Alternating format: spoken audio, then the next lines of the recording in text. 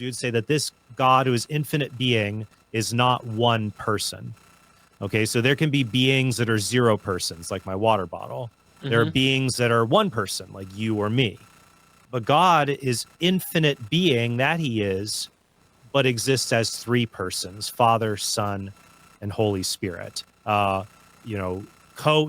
co-eternal, separate, but not ontologically distinct. That is, the one being of God is three persons. So that would be the Trinity, what Christians believe. This hypostatic unionized all one, but God is Jesus, but no, they're mentioned separately, but they actually really aren't separate. So God is not Jesus, but he is Jesus, and he's your father in heaven, but he's really three fathers, and they're all the father, but one's not a father and one's a spirit. Like, that makes no sense. Dude, Kurt, that was the best explanation of the Trinity I've ever heard. Yeah, and all...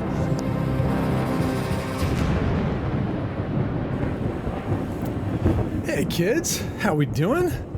Oh man, today's gonna be a little spicy, I think. I mean, I've been wanting to make a video like this for a while. I've probably got a dozen, maybe more videos earmarked to make rebuttals to. I even had a couple of scripts typed out. And I don't do it because I don't want to come off the guy who's just shoveling mud at someone for no reason. But I have to say, it's been bothering me that you have guys like the one here, Trent Horn, who writes books about his faith and about the LDS faith, to teach people about the LDS faith, who has long playlists about it. Guys like Joel Hirschmeyer does that. Pints with Aquinas has ex-Mormons, not ex-Catholics, ex-Mormons on to talk about, why they left the faith. But they never, ever, ever talk to members of the LDS Church. It's 2024. Like, Joe Rogan is the biggest podcaster around, and everyone has a show where they just bring people on and they have talks. And when people like Trent, or I know for sure I can say Pints, is confronted about this, he goes, well, we should have a debate. We'll invite one on for a debate. I'm thinking, one, debates are boring. Like, the presidential debates are totally pointless. They're useless. People prepare for them forever to score points. They don't persuade anyone. And they're boring. Super boring. Two, my position is that these Joe Rogan style discussions are far more beneficial for the audience than a debate, more entertaining, more engaging, and which is probably part of the reason none of these guys are interested in doing that.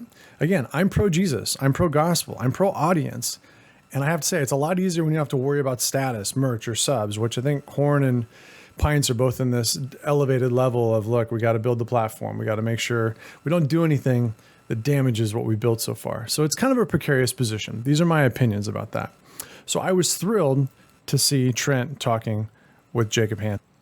We got some good insight here from this conversation about why it makes more sense for them to structure debates than to have free-flowing discussions. And I want to make that example through two video clips that Jacob put out. One of them is called Are Mormons Christian? And the second one is an immaterial God. Now, most of the focus is going to be on this immaterial God one, because this one got got a little weird. Like, I think this is the reason why you put a debate in place, so you don't have the train come off the tracks like this one did. So this is the focus of my video, but I want to start with this conversation they had here called Are Mormons Christian? So I'm going to play this clip just to kind of set the framework for what happens in the second clip. Here we go. Well, then we're not. But you know what's funny here, Jacob, is that I've noticed this reveals a problem with many Protestant views of authority.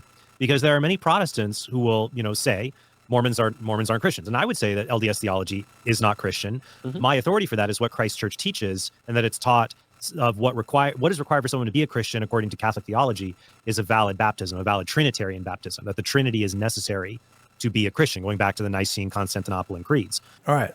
That went kind of fast. I want to make sure you heard exactly what he said here. This reveals a problem with many Protestant views of authority. Because there are many Protestants who will, say Mormons aren't Christians. And I would say that LDS theology is not Christian. So he's saying here, Protestants will say a thing, and I will also say a thing, but we have different reasons for saying it. And he'll explain what he means. My authority for that is what Christ's church teaches, and that it's taught of what is required for someone to be a Christian according to Catholic theology is a valid baptism, a valid Trinitarian baptism, that the Trinity is necessary to be a Christian, going back to the Nicene, Constantinople, and creeds. Okay, that was big. This is going to set up the second video. He's saying, look, Protestants don't have the authority to say who's a Christian, who isn't, but I do because of not the Bible and not because of Jesus Christ, but what his church teaches, citing Catholic Church authority, and then also citing the starting point of that, which is the what? To be a Christian, going back to the Nicene, Constantinople, and creeds. That's where it started. Remember that, because that's important for the second part of this video. Let's listen a little more to see how it plays out. If you're a Protestant and you believe in sola scriptura, the Bible is the sole infallible rule of faith, then you have a bit of a problem, because I could ask a Protestant, where does the Bible say you must believe in the Trinity to be a Christian? Because many Protestants bring that up sometimes. Right, because here's the thing. Protestants will say, well, yes, the Bible teaches the Trinity. You don't need tradition to know that. I say, okay, I agree with you that it teaches that. But just saying the Bible teaches X, it doesn't follow that X is necessary to be a Christian. Because many Protestants will say the Bible teaches Calvinism, but they're not going to say you must be a Calvinist to be a Christian. Or the Bible teaches cessationism, that's spiritual gifts ended in the first century, but you don't have to believe that to be a Christian. Or the Bible teaches all sorts of things. They would agree with that, but not that you need it to be a Christian. So then the problem becomes, well, where does the Bible say what you need to believe to be a Christian? And I've covered this in several episodes of my channel. I think that is a gigantic flaw in sola scriptura as an authority, as a structure for Protestantism, because the Bible is supposed to be our only infallible rule of faith, and yet the Bible doesn't teach us probably one of the most important truths we can know. What must I believe to be a Christian? Like, do I have to believe in the Trinity or not? Or can I believe in Jesus and I trust in Jesus for my salvation, and I believe the blood of Jesus takes away my sins and I have faith in him for my salvation, but have a Jehovah's Witness Christology or a Mormon Christology? They really, I think, put themselves in a bind here that they really wish they could have the ecumenical councils and that strict teaching, but they don't want the authority behind them. The ecumenical, and Jacob was gracious. He was kind. I think he obviously wants to foster this kind of dialogue, because it's not my spiritual gift to be those things. And I would have jumped all over this, but that's not what he's doing. God bless him for that. So again, going back to what happened here, it's not the question of whether or not you should be able to define who is and who isn't a Christian. It's that Protestants can't do it and he can. And he said their criteria is... My authority for that is what Christ Church teaches, and that it's taught of what is required for someone to be a Christian according to Catholic theology is a valid baptism, a valid Trinitarian baptism, that the Trinity is necessary to be a Christian, going back to the Nicene Constantinopolitan creeds. So he's saying the Catholic Church has decided the criteria for this, for determining who is and isn't a Christian, is the baptism. And they had the authority to decide what it was and who could do it, which means they had the authority to exclude anyone they didn't want and cancel them and say, well, these people are heretics and they're out of the circle. Same thing you see today in politics when, Joe Biden gets to tell people whether or not they're black. You got more questions, but I tell you, if you have a problem figuring out whether you're for me or Trump, and you ain't black, or black enough, cancel culture is about control. And they did this early in Christendom when the councils got to decide who agreed with their unsilent majority and who was a heretic. And it had some unfortunate byproducts. I mean, it's actually interesting. He's setting up this conversation. Here, go back to this part. Yet the Bible doesn't teach us probably one of the most important truths we can know. What must I believe to be a Christian? Like, do I have to believe in the Trinity or not? Or can I believe in Jesus and I trust in Jesus for my salvation, and I believe the blood of Jesus takes away my sins and I have faith in him for my salvation, but have a Jehovah's Witness Christology or a Mormon Christology? That question's interesting. What must I believe to be a Christian? Basically manifests this battle that they had to say, look, we have to determine who are the real Christians and who aren't. And we have to determine how you figured out which one it is. And we're going to do that by saying, if you believe X and Y, you're a Christian. If you don't believe, you're not a Christian. And this battle has been going on since the time of those creeds. It's not a biblical battle, it's a creedal battle. So they were really deciding who's a creedal Christian, who is a consensus Christian, who is a Christian based on the standards that we've laid out, and who is not. And so the Catholic Church had the authority to say it their way, and Protestants disagreed with that, and that argument's still going on. And we are partaking of the bitter fruit of that battle in our day when they get to point to certain people and say, you're not a Christian, and you're not because you don't believe X and Y. And Jacob's on here to say, you know what, we don't believe in that paradigm at all. We believe Christianity is determined far more by what you do than what you believe. Because ultimately, what you do is a manifestation of what you believe, which is why Christ gave tests like, by their fruit you shall know them. Or in John, one of my favorites in John 7:17, when he said, he that doeth the will of the Lord will know if I speak of myself or of him that sent me. Meaning, until you get engaged in the actions and the works, you don't really know who's who. You can tell by what they do. And today, the criteria for Christianity is based strictly off what they believe. What do you believe? Well, you believe that? Well, you're wrong and I'm right. I'm a Christian or not. Well, who cares? Who cares what you believe? That's probably why a lot of this started with the creeds and not so much in the Bible. I mean, you find disagreements about beliefs in the Bible, but Christ is mostly focused on what you're doing, how you're showing your love, or where you're willing to come follow me, whether you have the faith to follow him, or whether you're keeping my commandments, whether you love your neighbor, whether you love God with all your heart, might, mind, and strength. These aren't beliefs. These are action words. These are verbs, right?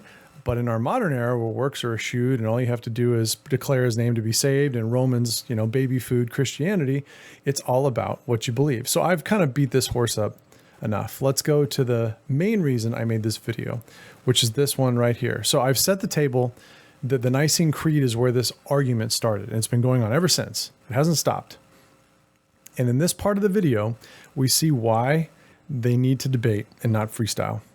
At some point in this conversation, they get on to the Trinity and the material God. And keep in mind, we're going back to the authority of the church established by, not Jesus Christ, by the creeds, by the ecumenical councils in Nicaea, hundreds of years later.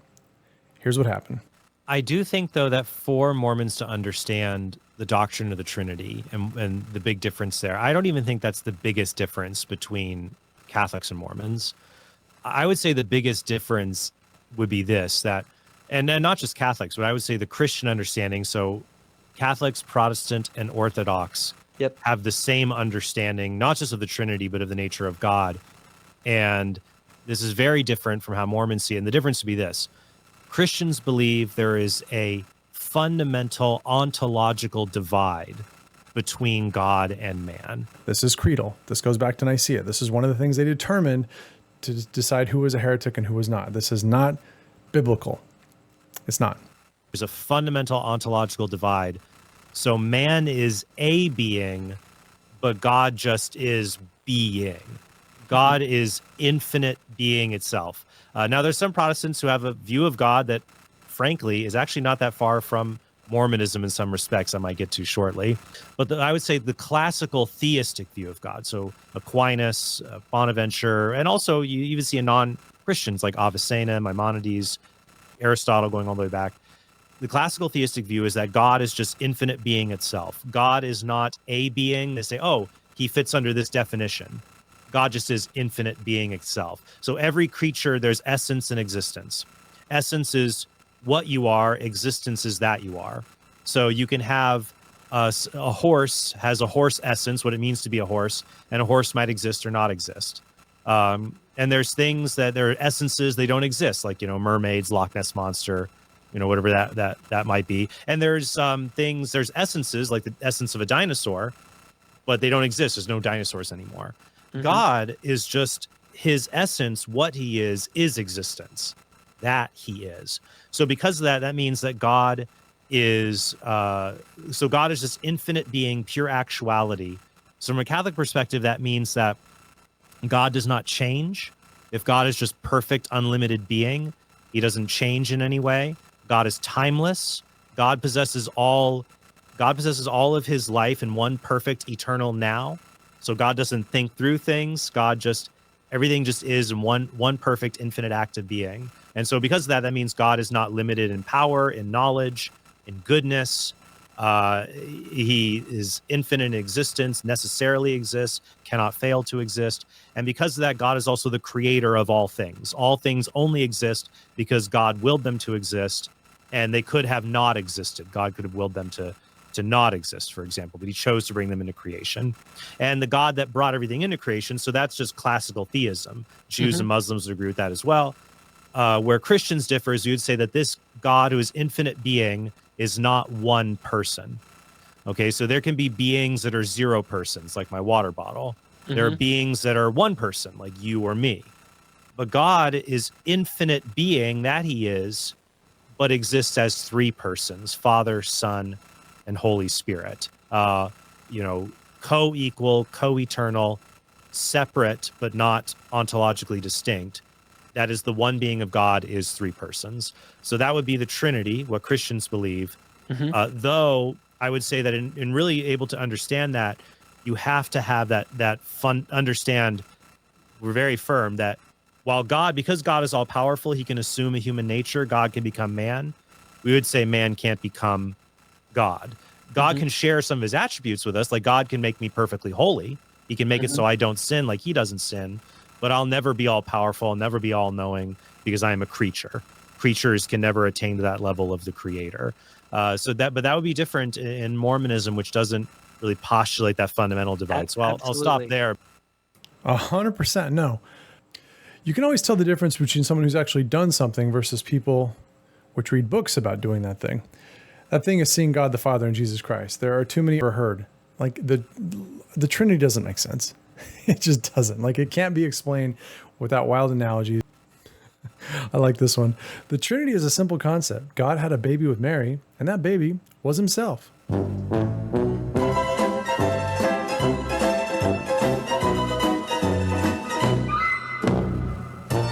Augustine's writings, he notes how he couldn't believe in the embodied Christian God of Father and Son of his mother, but he could believe in Christianity at the time once he could bring the immaterial God of Plato into Christianity, so Christianity could agree with his Greek philosophical training. You nailed it, JD. But I would say the classical theistic view of God. So the classical theistic view of God. I should do this stuff at the beginning because most people have stopped watching by now, but this is where the telltale sign that something is wrong, because we talk about the classic theist view of God, but we don't really define what that means, right? Aquinas, Bonaventure, and also you even see in non-Christians like Avicenna, Maimonides, Aristotle going on. Okay, he just mentioned people that lived between 384 BC and 1274 AD. Aquinas, 1225 to 1274. Saint Bonaventure, 1221 to 1274. Avicenna, 980 to 1037 AD. Moses Maimonides, 1138 to 1204 AD. Aristotle, 384 to 322 BC. Huge gap, huge spread. So let's just put this in perspective. These men are all described as philosophers. All right? When you hear him describe the Godhead, which discipline is this? The classical theistic view is that God is just infinite being itself. God is not a being. They say, oh, he fits under this definition. God just is infinite being itself. So every creature, there's essence and existence. Essence is what you are. Existence is that you are. So you can have a horse has a horse essence, what it means to be a horse, and a horse might exist or not exist. And there's things that there are essences, they don't exist, like, mermaids, Loch Ness Monster, whatever that might be. And there's things, there's essences, like the essence of a dinosaur, but they don't exist. There's no dinosaurs anymore. Mm-hmm. God is just his essence. What he is existence. This is philosophy. And it's ironic to mention that Orthodox Jews, Muslims, Catholics, Protestants all pretty much agree on this, but there's some people who don't. Like, I'm with people who don't, because you're quoting philosophers who didn't agree, who didn't believe the same thing, and a lot of them weren't even Christians. And they all came to the same agreement over time, over a period of over 1,000 years. So I want to do a little experiment here. When you talk about them holding, and he's holding right now, you can see it in his hand, this classical theistic view. Classic when? By the Council of Nicaea? Think about it. If you're an original saint in the 1st century AD, and the Council of Nicaea takes place 60 years later, that's not a classical theistic view. That is a modern woke view. That is a view so far ahead of you in the future, you can't even conceive of how things could get that mucked up. Let's think about the difference between the death of the last apostle and the Council of Nicaea. We're talking about what? Death of Peter, disappearance of the banishing of John, 67 to 70 AD. Between that and 325, you're talking about a 255-year span. 255. So to put in perspective, what we today call a classic theistic view would mean that classic theistic view was formed today. We're going to set the classic view from now until the end of time. If the Nicene Creed was today, and we came to a consensus on what the classical view is and was going to be, then we are discussing a time period between modern day and going back to 1769, almost a decade before the Revolutionary War. So rather than the Godhead, let's take another topic that was of pretty salient importance back then. Our argument is going to be about the nature, purpose, and function of government. Would it be the same today if we were deciding the classic view as it was in 1769? Would we be able to come to a consensus in terms of how we interpret the founders' writings, actions, and especially their intentions? Right? If we were going to say you are a pro-government person or you are an anti-government person, if you're pro-conservative, pro-liberal, if you're going to mention the parties that they had back then, if we compromised, what would it look like today? And how different would it be than it was in 1769? What about 2,000 years from now, when our modern view would it still be considered the classical view? If you stretch as much time from the Council of Nicaea to Trent Horn sitting here talking about the Catholic view and the Catholic authority, do you know what year it would be in our classic government view discussion? It would be the year 3723. And we'd be quoting philosophers from 2736, 2903, 2973, and the year 1377. And talking about how all those people had the exact same idea of how the government should be run, or in this case, the nature of God, the Godhead, and the philosophical origin and ontological makeup of God. It's insane. But if we did move forward to the year 3723, or better yet, to illustrate the point, let's say that someone was woken up from a coma that was an apostolic author or saint present in the 1st century, listening to Trent give his classical theist opinion, established approximately in 325 and morphed over time to modern day. And this is what he would say upon hearing this, if he didn't pass out or burst out in laughter. This is very different from how Mormons see it. And the difference would be this. Christians believe there is a fundamental ontological divide between God and man. There's not.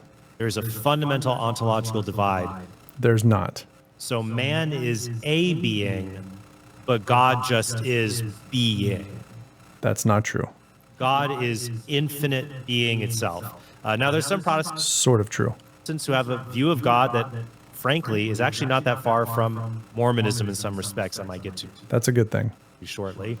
But I would say the classical theistic view of God, so Aquinas, Bonaventure, and also you even see in non-Christians like Avicenna, Maimonides, Aristotle going all the way back.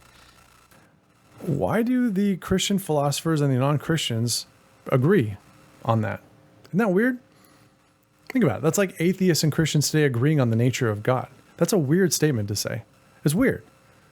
That's like saying Sam Harris, well, let's just pick one of them, right? Let's just say Douglas Murray and Sam Harris and Zuhdi Jasser and a couple of old Christian and C.S. Lewis all agreed on the nature of God. They all think the same thing. And you go, okay, that's kind of weird, actually. Can we at least hold some cynicism that maybe one of them's wrong? And if one of them's wrong, they're all wrong. The classical theistic view is that God is just infinite being itself. God is not a being. They say, oh, he fits under this definition. God just is infinite being itself. So every creature, there's essence and existence.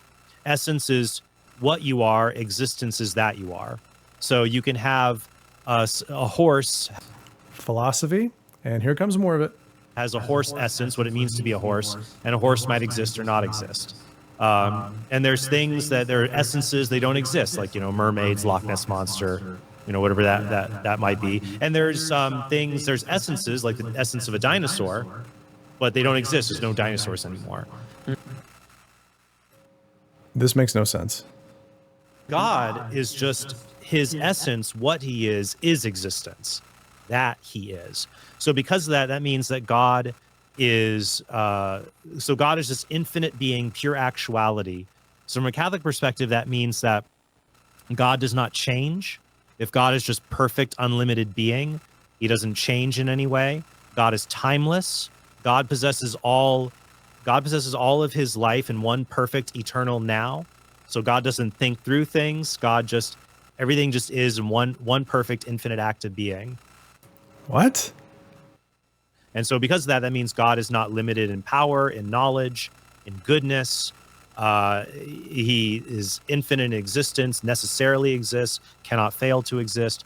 And because of that, God is also the creator of all things. All things only exist because God willed them to exist, and they could have not existed. God could have willed them to not exist, for example, but he chose to bring them into creation. That's true. And the God that brought everything into creation, so that's just classical theism. Jews and Muslims would agree with that as well. Okay, there it is again. Consensus Christianity. Even the Muslims agree. Oh, that's true. Okay, good. It's like, if you have to say the Muslims believe it, okay. Christians differ, as you would say that this God who is infinite being is not one person. Okay, so there can be beings that are zero persons, like my water bottle. There are beings that What? are one person, like you or me. But God is infinite being that he is, but exists as three persons, Father, Son, and Holy Spirit. Co-equal, co-eternal, separate, but not ontologically distinct. That is the one being of God is three persons. So that would be the Trinity, what Christians believe. Easy. Honestly, could that have been, props to Jacob for not interrupting. That was Herculean. Just when someone's drowning, don't throw them a life raft, I guess. What on earth just happened here? Though I would say that in really able to understand that, you have to have that fun, understand, we're very firm that while because God is all powerful, he can assume a human nature, God can become man. We would say man can't become God. Who would say that? The Bible say that? Did Athanasius or Clement or Justin Martyr say that? You would say that, but I don't, where are you getting it? Like almost everything he said today, someone decided this at some point, and now you just kind of got to go along with it. It's true because classical theists agree, and philosophers agreed, and Inacena agreed, and Jews and Muslims agree. I mean, it's obviously true because everyone agrees with it. God can share some of his attributes with us. Like God can make me perfectly holy. He can make it so I don't sin like he doesn't sin, but I'll never be all powerful. I'll never be all knowing because I am a creature. Why not? Where does it say that? Again, going back to the original argument I made, the Protestants will say, well, where in the Bible does it say this or that? Where does it say any of this? Someone decided this for you. And it wasn't the Bible, wasn't the apostles, and it was not Jesus Christ. Creatures can never attain to that level of the creator. But that would be different. There's a reason we use the word creature when trying to tell people what God can't do, and not sons and daughters of God, children of God, or as Paul said, joint heirs with Christ in everything the Father has. In Mormonism, which doesn't really postulate that fundamental divide. So I'll stop there. But and I think and I agree. I think that Jacob's going to do the right thing here and just kind of go along, like when you're on a mission and you just kind of go along with the absolute nonsense that someone says and try to look for areas to make small course corrections. That's what I'm predicting. And that's a great way of putting it, because the Trinity itself is a commentary, the Christian commentary on this broader conception of modern monotheism. Yes. Right. It's sort of a getting more specific into a specific type of monotheism. And it is true, because we go back to the traditional notions of monotheism and we reject this notion of a timeless, immaterial, immutable, no parts, no passions sort of God of the traditional monotheistic tradition. Right. A God that exists but doesn't actually exist in any meaningful way relative to you. And I think there are reasons we might do that. One thing I've wondered as I've pondered this, just to back up, away from Christianity, away from all of it, is he's backing up from what you just said for the first 4 minutes, because there's nowhere to go from there. Like, you can't work with that. You can't discuss it. You can't parse it. It's just complete fabricated nonsense.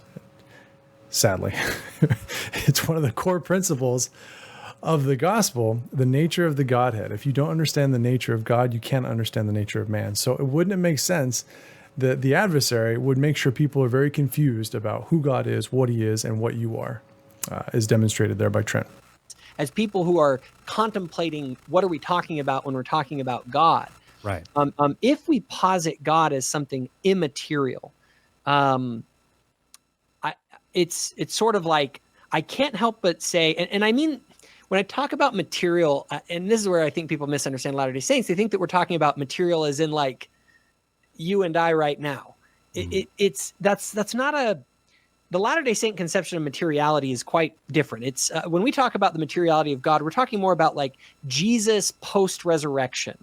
Like, he was a material being post-resurrection, like he had a body. And so, frankly,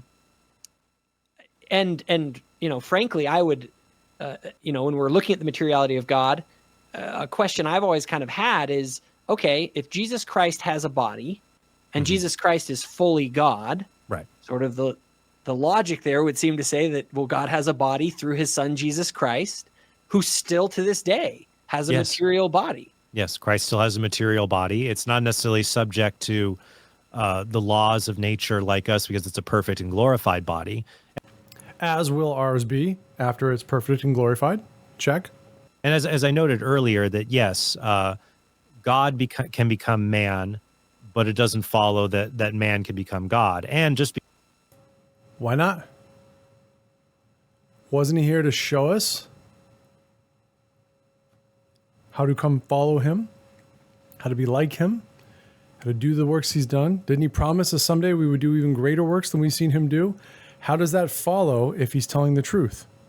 because one member of the Trinity assumes a human nature so that the creator enters into creation, taking on the form of a creature. It doesn't follow. Again, this language, if you live in the year 2024, if you've studied Marxism, if you see what's happening in culture, you understand that language is the first casualty of war. If you talk about us in terms of our actual identity, children of God, sons and daughters of God, made in his own image, made to walk in his footsteps and rejoin him in the family business, then switching that to creature, that he entered creation to become like the creatures, then we are ontologically separated. You put a buffer and a divider there that didn't originally exist. But why would you do that?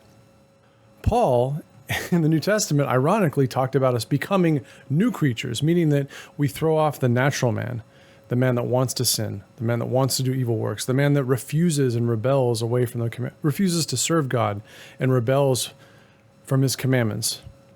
In the parable of the two servants, the unrighteous servant that later repents and does God's will, we become this new creature who covenant to serve God so that we can become like him. But in Trent's theology and the lexicon, it's necessary that we are creatures, that we are clay, that he's molding us from foreign elements, that we have nothing in common with him. Otherwise, the lie comes down and the truth, that's all that's left. Follow that the other members of the Trinity, the other persons, the Father or the Holy Spirit, are corporal in that sense. And I would agree. I would say that doesn't logically kind of follow. He doesn't really agree. He doesn't want to argue about it. Are they corporal? You have no proof. All the men and all the different non-Christian religions you cited all have one thing in common. They haven't seen him since mortality started, so they don't know. They believe and they agree that he doesn't, but they don't know that. That started with the creeds. But will they at some point? Will the Holy Spirit become corporal once his mission is over? Or will he be the last remaining member of the Trinity that is not corporal? The only thing I would say is I feel like I hear people say like, oh, well. So Jacob agreed so he can set up an analogy that Trent can't argue with. That's what he's about to do here. And ironically, since I started making this video, they have done their debate, which I just saw recently, so I'm not going to go back and change this video based on what was said. But he missed a really good opportunity to do this with theosis and exaltation when they were having a very similar conversation about what God can't do, what God won't do, what God doesn't have the power to do, which Catholicism and modern evangelicalism outline things that he can't do. They're very different than what we believe he can't do. Mormons believe in some God who's in the universe somewhere. Like if you just go out in a spaceship far enough out there, you'll get to him because he has a physical body.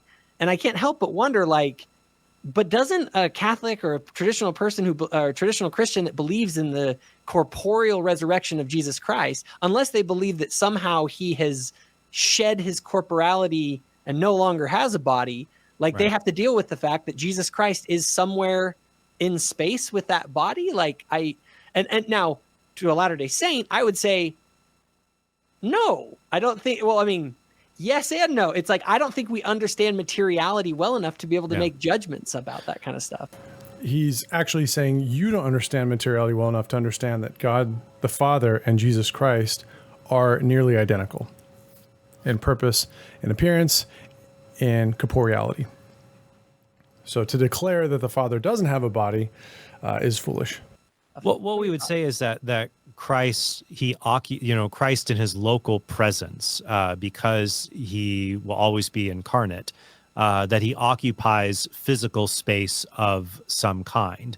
How that's manifested, you're right. It may be manifested in different ways. It's like if you take a tuning fork and you hit a tuning fork, you'll hear noise from it. But if you put it in a vacuum, you won't hear any of the noise, even though air molecules before the vacuum, the air molecules are moving. That's one analogy that I've heard in referring to that no, Christ. One terrible analogy. That's almost as bad as Mike Winger's, which I have another video posted on. I might play a clip of it here. That'd be like me saying, gosh, what's a good analogy for this? What's a good analogy for this? I can't think of an analogy. Usually I'm like, boop, analogy. No, nothing. Yeah, that's like saying, okay, in a hospital, if there are different treatments for different patients, therefore there are different buildings for different patients. I mean, maybe there are, but that doesn't follow logically. I totally forgot when I was bringing this up that Mr. Winger ends his by saying, well, that doesn't follow logically. He just used an analogy that makes no sense and then corrected himself using logic and then said, but that doesn't follow logically. Delicious irony that Trent very much did something similar by saying, look, here's my incorrect or bad or incomplete theological argument, and here's your more logical scriptural-based counter. And I say, well, yeah, but that doesn't follow logically. That doesn't follow. Well, of course not. It's garbage in, garbage out. It doesn't make sense because you're comparing it to what you believe, and you're trying to fill in the gaps with your incomplete theology. It shouldn't follow, which is why you have to be open to the fact that maybe there's a reason for that. They're terrible analogies because it's terrible doctrine. The worst ideas need the best defense and the best explanations and the best analogies, and these ain't it. It does occupy physical space, but it doesn't follow that where Christ currently resides now is somewhere within the space-time universe. There are ways, like analogously speaking, of extra dimensionality to speak about how heaven, we believe that heaven exists. We also believe not just that Christ exists in heaven now bodily, but we believe, for example, Mary exists there bodily. Elijah is up there bodily. There's an old tradition that Moses' body was assumed up into heaven. So So everyone but the Father. Okay, got it. souls of the saints are in heaven, but also their physical bodies are there. But it doesn't follow that because heaven exists and earth exists, that they're part of heaven is in some part of the space-time universe. Yeah, There it is again. It doesn't follow. I don't think I noticed this, how many times he said that the first time I watched this. Of course it doesn't follow. You can't follow the scriptures with the creeds and with philosophy and consensus Christianity and have them both blend. It'd kind of be like in Back to the Future 2 when Marty goes into Biff's alternate reality. Well, that can't follow. His regular life can't follow that. You have to pick one, right? Trent's picked the wrong one. there's somewhere that we can get on a spaceship and like, hey, if we go far enough, we'll get there, right? Right. Like I agree, and it's funny. Okay, so this is, and in their debate, it was, hey, you have to prove to me the divinity of what I, if you were to say, okay, prove that to me, you can't do it. You can say, well, here's where the scriptures stopped and the creeds began. Here's where the apostles died and the successors took over. Like, we can draw a defining line there and see how these ideas started to morph. But to prove that any of those things are true, to a believer or non-believer, it's not possible. So you got to go off something else. That is the exact same thing when people sort of caricature Latter-day Saint beliefs. Mm-hmm. That's the exact same thing that I'm saying. I'm saying, look. Now that I've seen the debate, I may do some commentary on it, although it looks like Word Radio is really, I think they did a follow-up video on it that's longer than the actual debate. So I may just go back to doing some of the other videos where I wanted to point out the inconsistencies and some of the very difficult theological ideas posited by Trent in some other videos, and where some of those fell pretty flat in their debate. I was in the comments section when they were doing it. It's very interesting to hear the reactions, again, because I think debates are borderline useless, but the reactions of people on Trent's side who thought he would do a lot better and were very, who deferred to Jacob for how well he defended his faith. But I think what it really is just a lack of understanding and a lack of exposure to different doctrines and belief systems that, when you give them enough time, start to germinate and start to make a lot of sense. So that's why I've tried to point out a few of these today, and I'll go back and add in some overlay, some fun commentary stuff, and probably some obnoxious GIFs. But thanks for sticking with me. I'll probably also link the last 10 minutes of this to the front so people can see where where this thing went off the tracks. Kids, love you, miss you. Talk to you soon.